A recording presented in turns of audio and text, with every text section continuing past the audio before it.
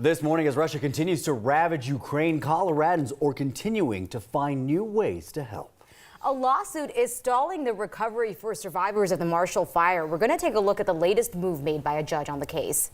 A new strain of Omicron is going around Denver, but health leaders are worried this time around.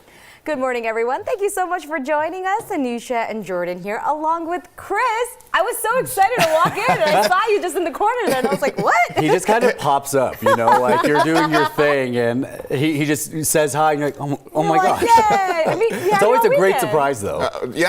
I'm happy to be here with you. I think, Anusha, this is the first time I've ever worked with you. I don't think we've ever done a show I'll let together. you two catch up. You'll just stay there. Yeah, he's just hanging out. Well, I'm excited. You're going to be with us all weekend, right? Absolutely, and excited for it because it's the first weekend of spring, technically, yes. because it begins tomorrow. So that's the exciting part. But then, of course, it snows next week. Of course. Because it's spring in Colorado. How about to say, March in Colorado. We know where we're getting. Yeah. So at least we all know that. But on the good side of things, again, today should be an absolutely beautiful day. We've got temperatures rising on up to near 60 degrees, so at least there's that, right? Beautiful. Love it. I know, absolutely beautiful. So we'll be looking at those temperatures again, getting on up into the upper 50s for your day today. Right now, only about 31 degrees, but you know what? This is typical stuff for this time of year. Again, for us to start out right around 30 degrees, that is, again, fairly typical for March the 19th. But today we do get up to near 60 degrees. In fact, our average high for today is, wait for it, 57 degrees. So we'll be right there today. And again, today's the last full day of winter, technically speaking. But as we get later on into the weekend, that's when we start to see some more trouble work its way on in. But let's focus on the now. 50s and 60s on the eastern plains. Bluebird Day up into the mountains,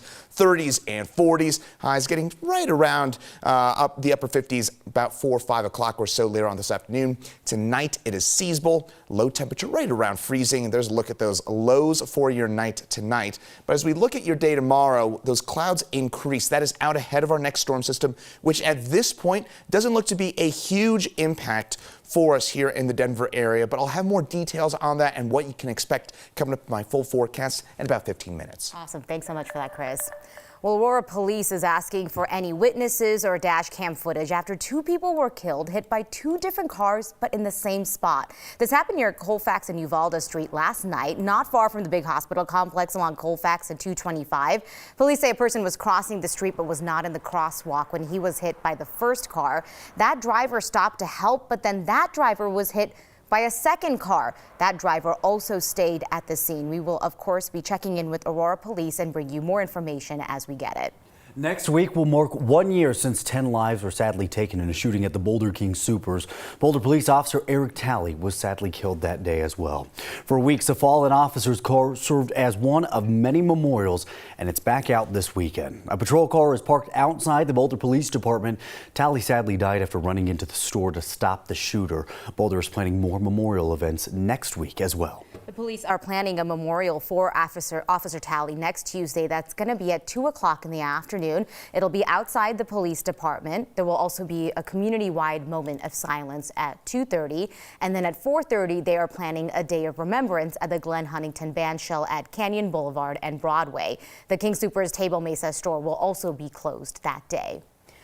Ukraine's president has released a video Saturday calling for peace negotiations without delay, standing on the streets of Ukraine, saying that negotiations are Russia's only chance to reduce the damage from its own mistakes. Yeah, so this request comes after President Joe Biden and his Chinese counterpart Xi Jinping spoke for nearly 2 hours on Friday. Biden taking that time to warn Beijing, quote, supporting Russia could be costly.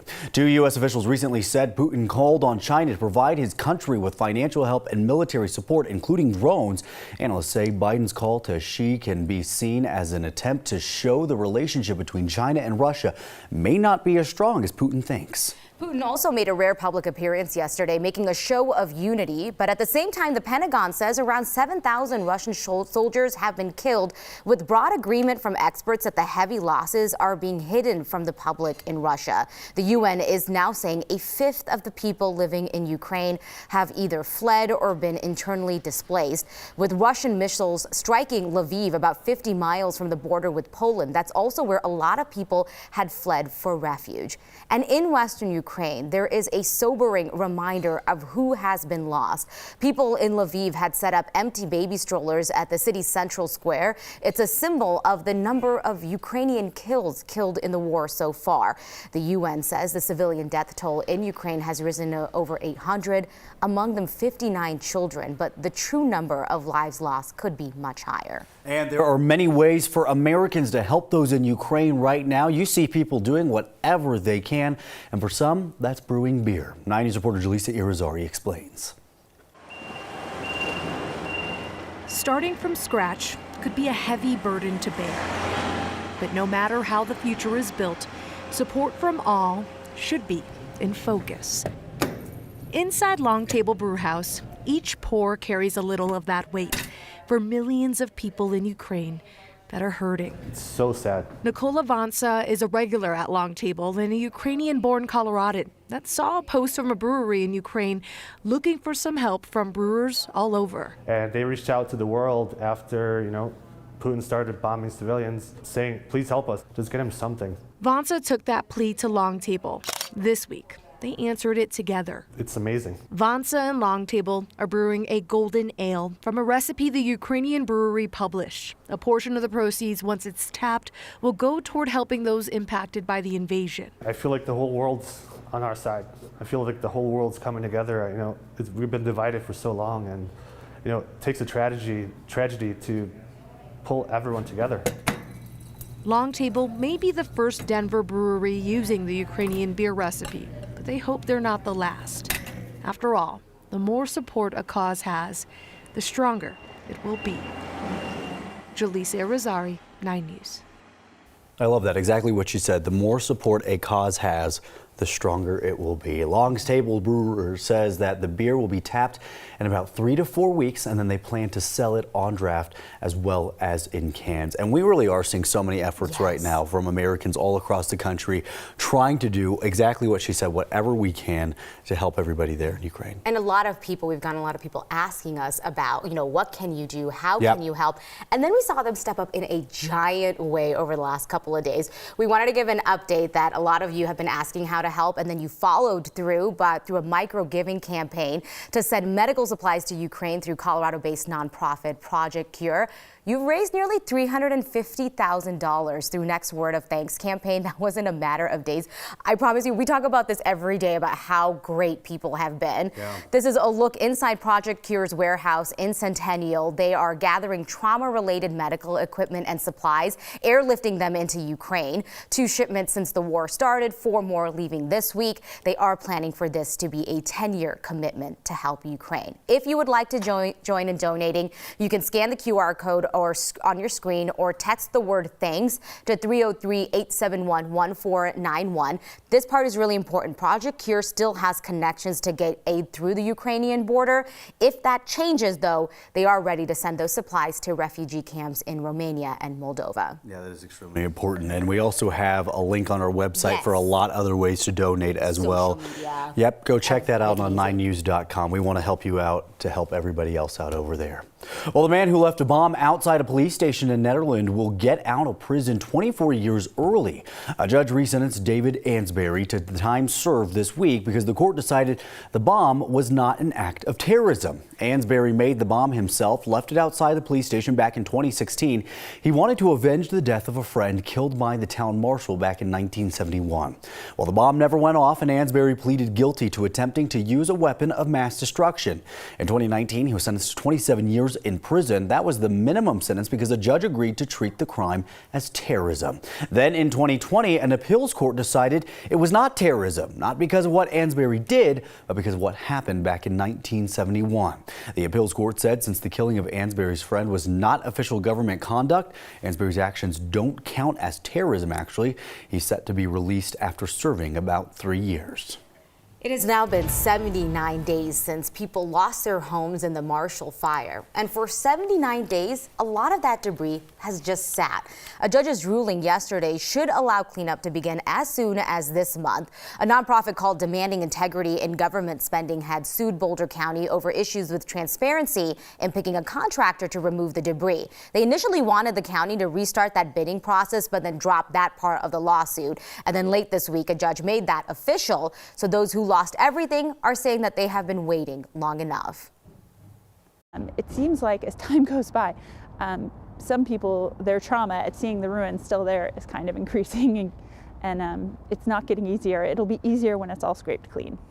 The county is planning to sign a contract next Tuesday, and Superior's town manager told the Board of Trustees that debris removal could start as soon as March 28th. And happening today, if you are still looking for ways to help victims of the Marshall Fire, there's going to be a pop-up equipment drive happening this morning. The things they need most are new bikes and new helmets, new sports balls, new bats, new gloves. So if you'd like to stop by, it'll be at the RAV4 parking lot of Ball Arena from 9 to 11 this morning.